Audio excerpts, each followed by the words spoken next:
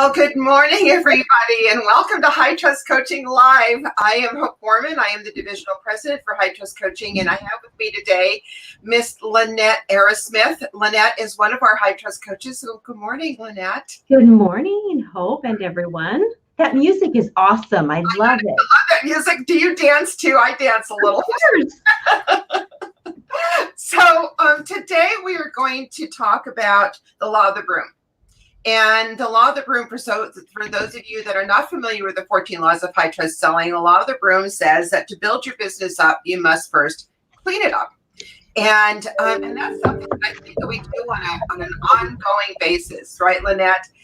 And it's not just, necessarily cleaning up your desk or cleaning up your CRM or cleaning up, which all of that is very, very important. But I think what Lynette and I really wanted to talk about are about what are those things that we want to leave in 2020 and we don't want to take into 2021 with us. And so let's talk about that a little bit, Lynette.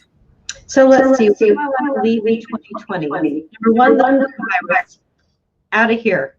Let's see. Number two, politics. Out of here. Oh, you mean other than that?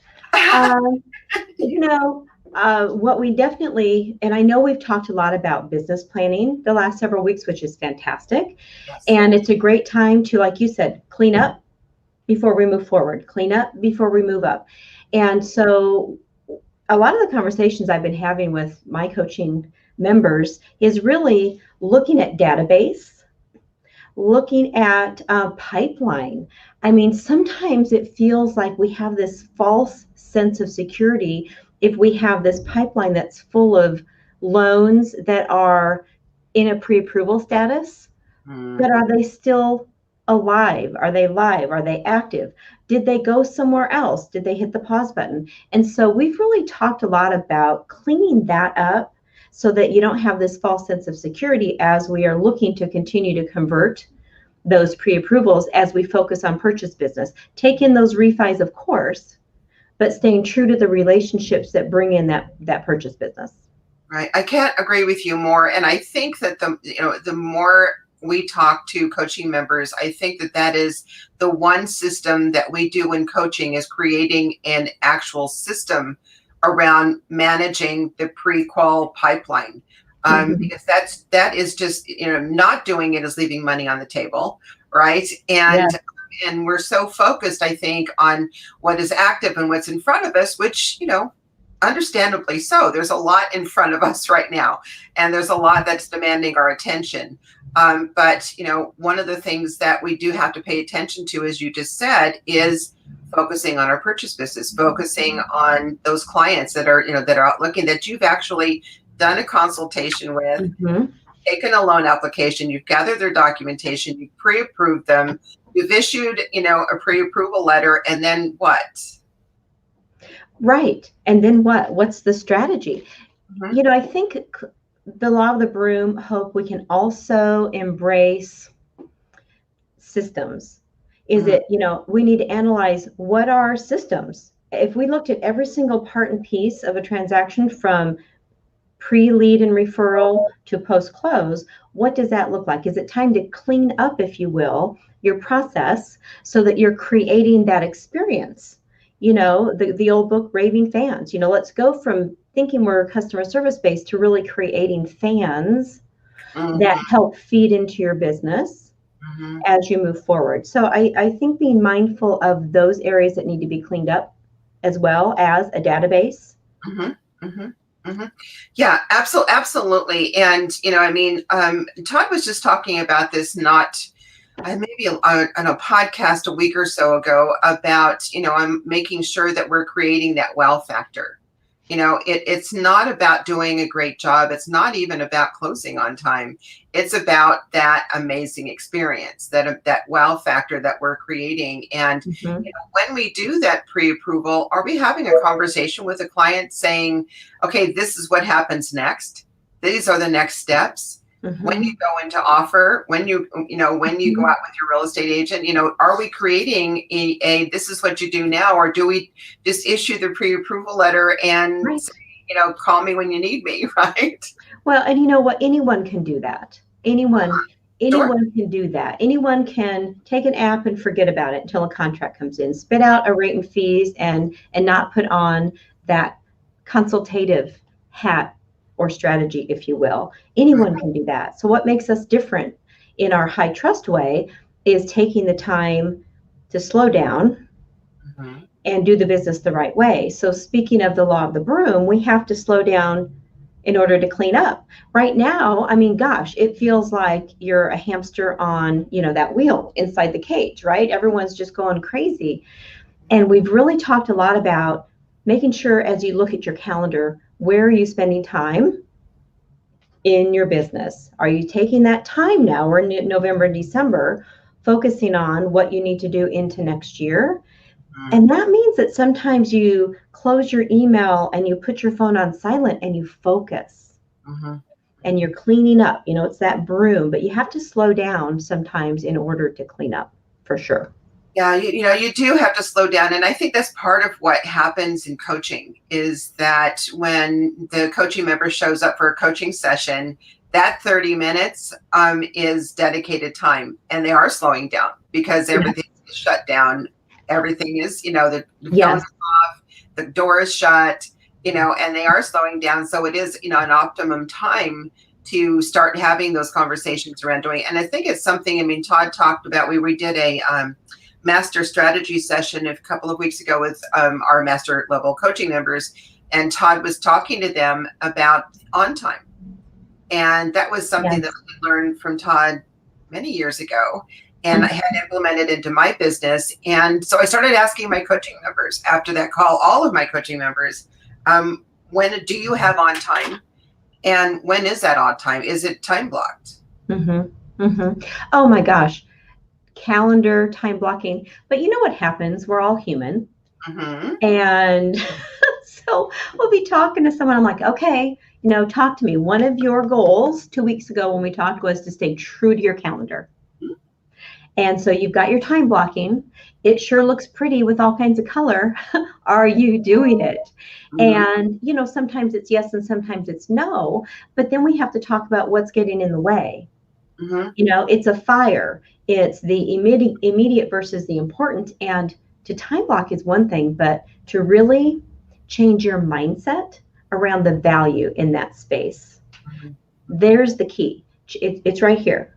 It's right between your, change your, don't be a Pop-Tart. Be in control of your time. And boy, time blocking, having those to-dos, having the on time, the green time, the I'm going to fight a fire time. And how about me time? Exactly. It's interesting that you said, you mentioned just a minute ago about what are those things that are, getting in my way. And that's a very good question to be asking ourselves.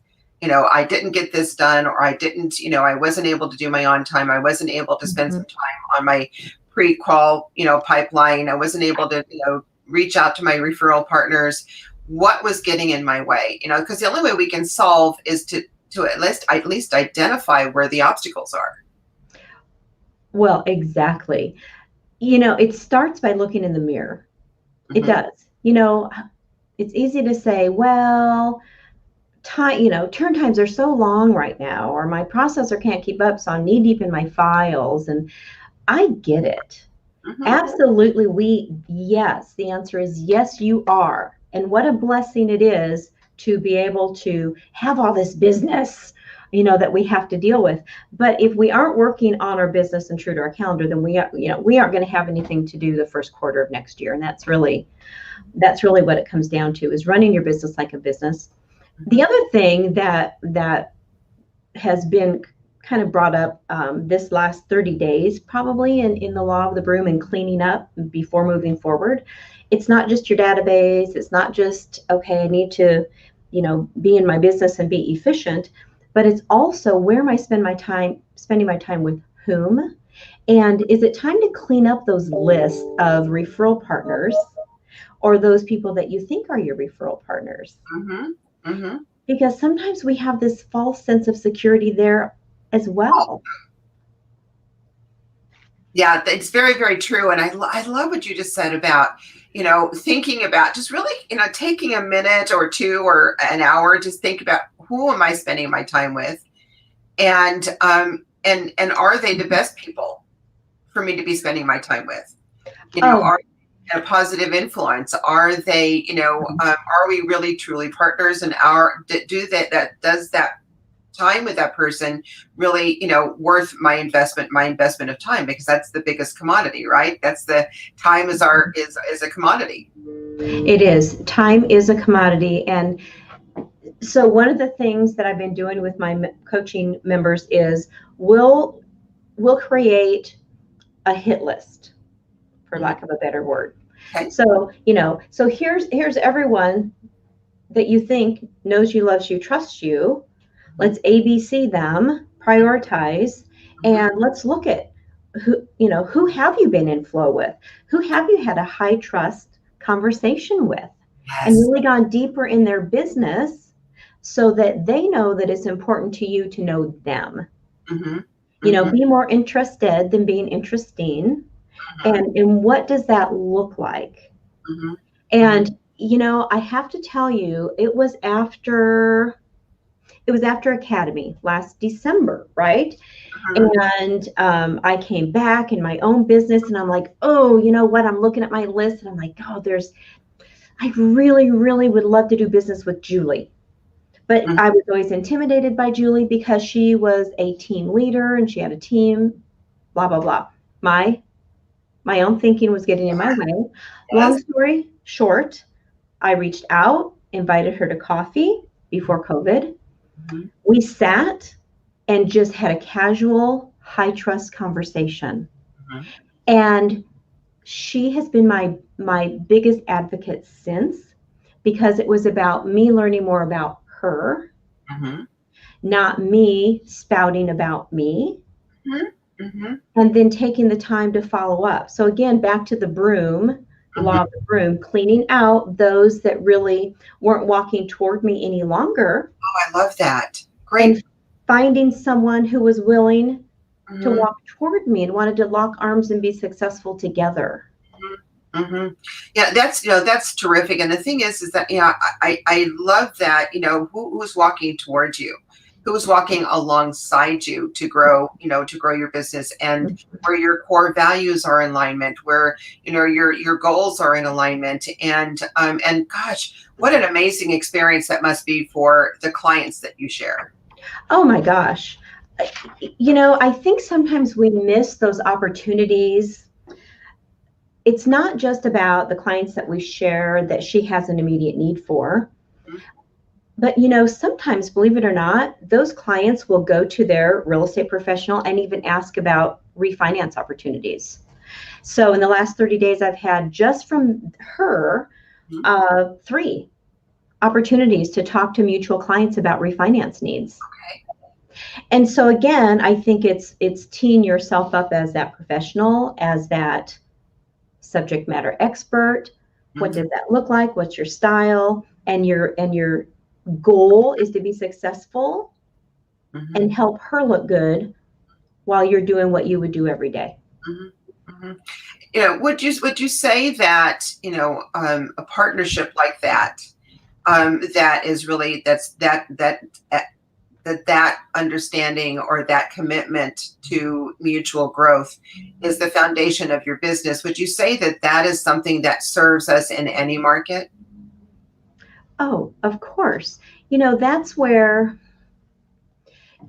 we can't get lost in the value of relationship building. And sometimes I think we forget to also continue to give love to those people that we know will refer us anyway, but we never want it to be felt like it's taken for granted, right? And so that's, just another point of conversation, another point of differentiation is, I appreciate you. Thank you so much. I know I'm your go-to. I get that, but I just want you to know I appreciate what you've done to help me build my business this year. Showing appreciation, it goes a long way. It could be a note, it could be an email, it could be a text, it could be a video.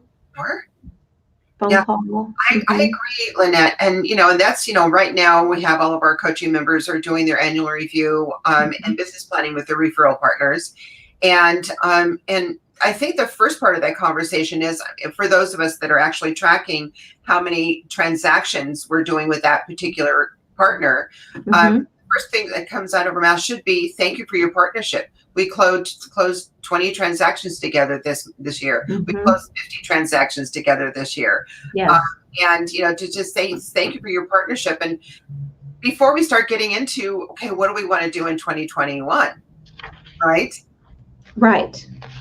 Well, exactly. And I think, if we go down that thought process and we're doing our law of the broom, we're making sure that we've, got our ducks in a row. It leads then to, if you think about it, the law of the courtship. Because if we're going to clean up our lists, right, and we want to go deeper in our relationships, our high trust conversations, then we need to make sure that we're tip top in what that high trust interview looks like, what it feels like, what are those questions that we're asking, how do we go deeper in that relationship? Because I think, if we keep in that mindset of the courtship, then is someone going to engage in me in the way that I want to engage in my business, or are we not a good fit? And that's okay too. That's okay too. Absolutely, it's okay too. I think that, I would imagine that, what would you think in today's environment? What do you think that when you're talking with a new real estate agent, do you think that their needs are the same that they've always been, communication, close on time, all of those consistent, needs that they have in working with a lender? Or do you think maybe they might have changed a little bit? That's a tough question, because I think sometimes we have a false sense of security in doing the things that we've always done the same way that we've always done them. And, I really like to challenge myself and my coaching members to think outside of that. So you're exactly right. You can't say the same thing and do the same thing, because it needs to be different. So you've got the core that is always there in the strategy, but it kind of goes back to you. What makes you different? What's going to differentiate me from that next person they might talk to or get a call from? It absolutely could just be the questions that I ask. Yes. And that's the high trust way. It's asking the questions to go deeper, but it's also, I think, taking the time to be consultative. Especially with a newer relationship, you want them to know that it's not about the transaction. So that's what I would say. I think it's just super important to make sure that we're focusing on the relationship versus the transaction. And unfortunately, in today's world, I think that's unique. I hate to say it, but I do. I think it's unique. Yeah, it is unique. And I think that is the difference, is maybe, or perhaps it is the difference in the questions that we're asking. How are you doing in this new environment? How can I help you win? Exactly. I was just thinking that. It's like, what can I do for you? How can I help you be more successful? Let's look at your business. One of my key, someone else, her name is Marie, one of my key referral partners, she represents a builder. And so last year when we were doing our business planning session, we focused on, okay, this much of our business comes from new construction. Let's find a way to get in front of that consumer that's not going to build a new house from start to finish. How can we balance out those sources of business so that it's some existing business that comes in with that? And then we talked about what that would look like. Right. No one thinks about that. No one takes the time to have those conversations because they're looking at themselves. Well, what's in it for me? That's not the right way to look at it.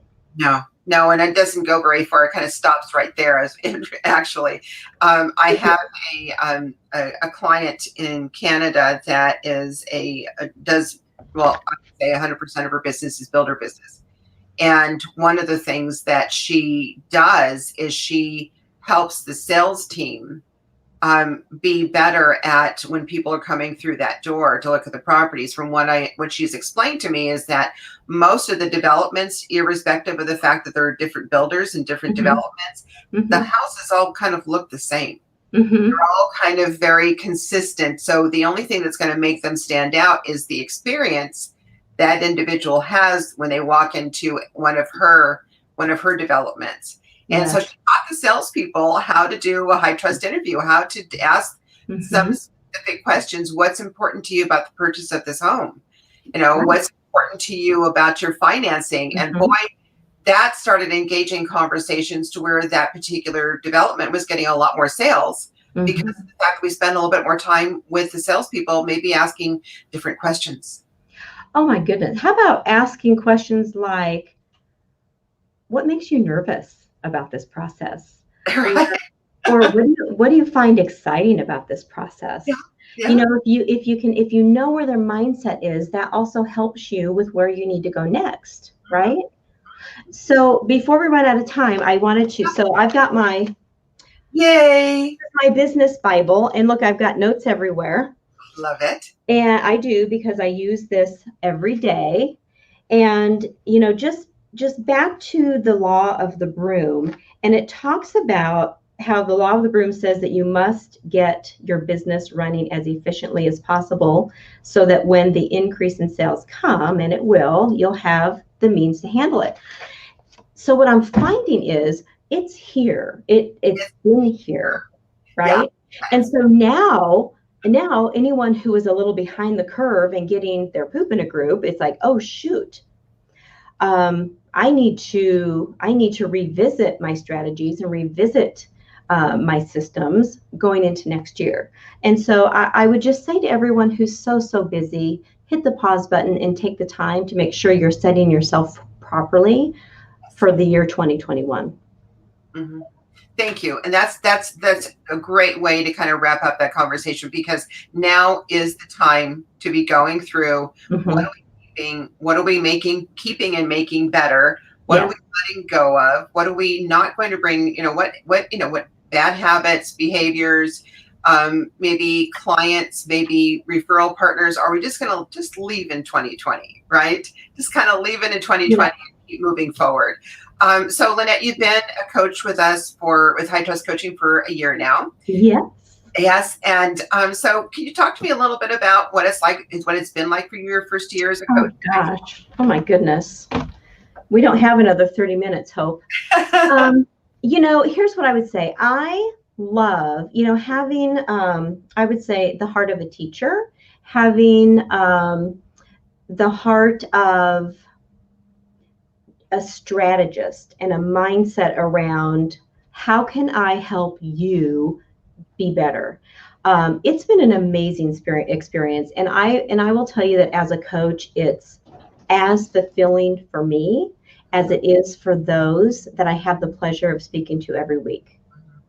It's the growth is amazing. It's the growth that I see in them, my coaching members, but also just the growth in myself as a person and in my business. Because I always want to make sure that I practice what I preach. What I preach, what I teach, what I coach, I need to make sure that I'm doing what I am suggesting and helping them do. And that's the integrity of a high trust coach. That they're walking the walk, right? And they're walking the talk. Yes. And they know that it works, right? Exactly. Yeah. And the growth that we see in people is so rewarding. I know. I love it. Yeah. It's exciting. I love it.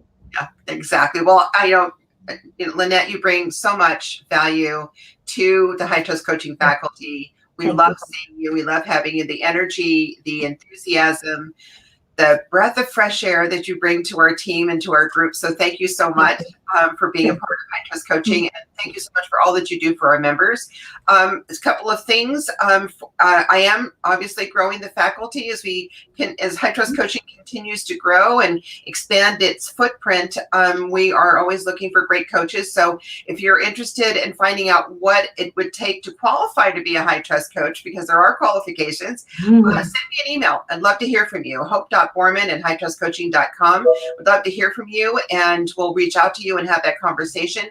For those of you on the call that are thinking about coaching, would like to find out more information about what it's like to be a high trust coached by High Trust, go to hightrustcoaching.com and get a free coaching consultation. Talk to one of our sales consultants and find out about our different programs, which one would be a great fit for you. And in the meantime, make it a great week. Block out some time, implement the time block. I'm seeing one of our users that said implement the time block. So let's find 1 hour that we're going to time block this week that's going to be on time. Perfect. Sounds good, Hope. Great to spend time with you. Thank you. Absolutely. You as well, dear. Have a good week. All right, dear. Bye-bye. Bye, guys.